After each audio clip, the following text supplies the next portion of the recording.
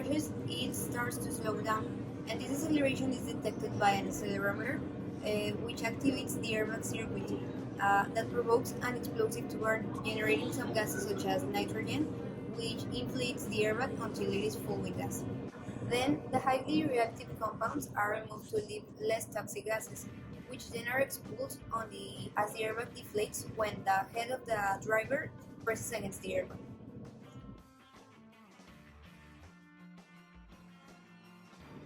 Three reactions take place during the inflation of the airbag. In the first one, sodium azide is composed to create sodium metal and nitrogen. So, nitrogen starts to fill up the airbag. In the second reaction, sodium is added to potassium nitrate, which produces potassium oxide, sodium oxide, and nitrogen, which again fills the airbag. And finally, the third equation is used to eliminate potassium oxide and sodium oxide, which are highly reactive compounds, by adding silicon dioxide.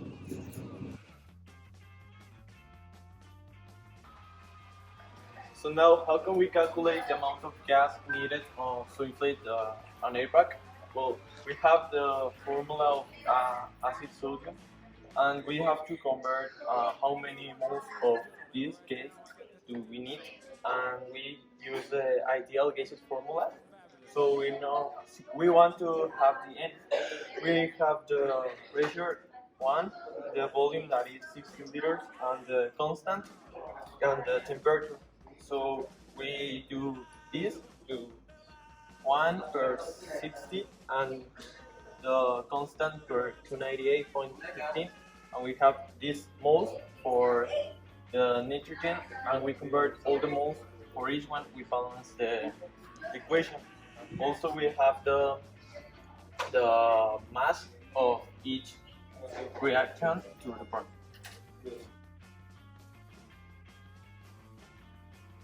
So how can we calculate the amount of energy absorbed or released by an airbag?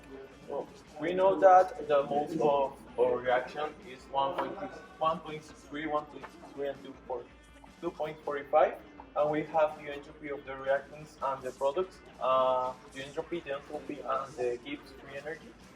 So we can now take the entropy of the whole reaction with this formula.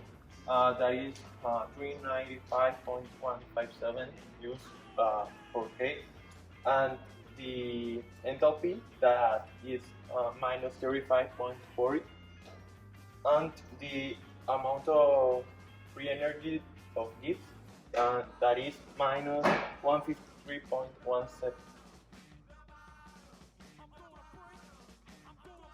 Airbags rely on sodium azide to get inflated. Sodium azide becomes virtually harmless nitrogen gas by other components of the bag.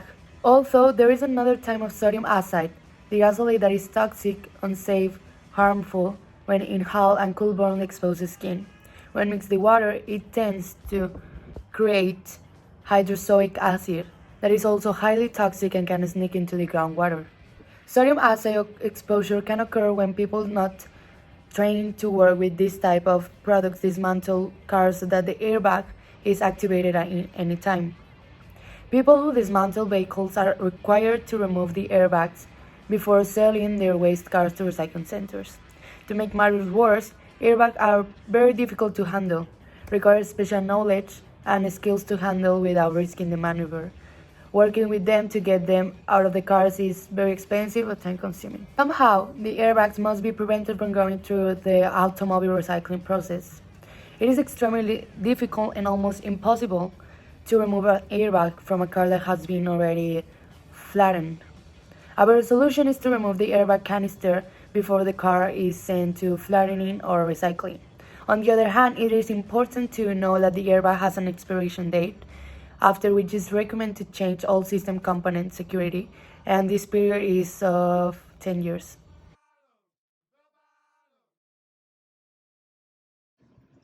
Now, speaking about airbags, we know that the reactions are very important. Why is this true? Well, because it is simple. Reactions are able to make the airbag to inflate in a very little amount of time. With that, we can assure that the passenger will be okay and he will not suffer very much damage during the crash, or we will prevent his death. Also, the reactants and products of the reactions that are made during the inflation of the airbag are important because with those we can assure that the airbag is going to inflate in the correct amount of time, and also the health of the passenger is going to be relatively okay. That because the airbag helps to amortiguate the impact of the car with the passenger, and also we can prevent his death or serious injuries. Now, speaking more in depth about the reaction, well, this consists basically on generic nitrogen, but some of the reactants that generate nitrogen are very toxic or volatile. This is why there is a third final reaction that helps this to not make the passenger to intoxicate with the gas, or in the other hand, that the car does not explode.